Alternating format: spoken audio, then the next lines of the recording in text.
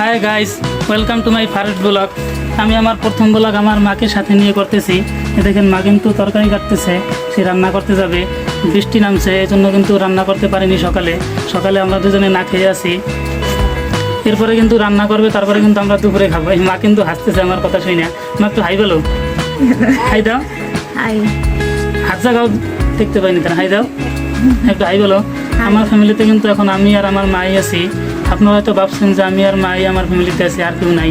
আমার ফ্যামিলিতে কিন্তু আরও অনেক লোক আছে, দাদা বৌদি ভাইপো আর বোন আছে, একটা বোনের বিয়ে হয়ে গেছে। আর আমার একটা কাকিমা আছে, এই যে বাড়ির কাকিমা, সে কিন্তু বৃষ্টিতে আটকা পড়ছে, থালা বাসন ধুইতে যাবে।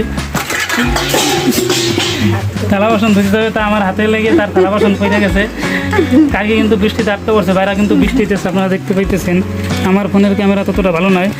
আমার প্রথম ব্লগ কিন্তু আমার মাকে নিয়ে শুরু করছি। আপনারা যদি ভিডিওটা যদি ভালো লেগে থাকে তাহলে অবশ্যই লাইক, কমেন্ট এবং সাবস্ক্রাইব করবেন। ধন্যবাদ।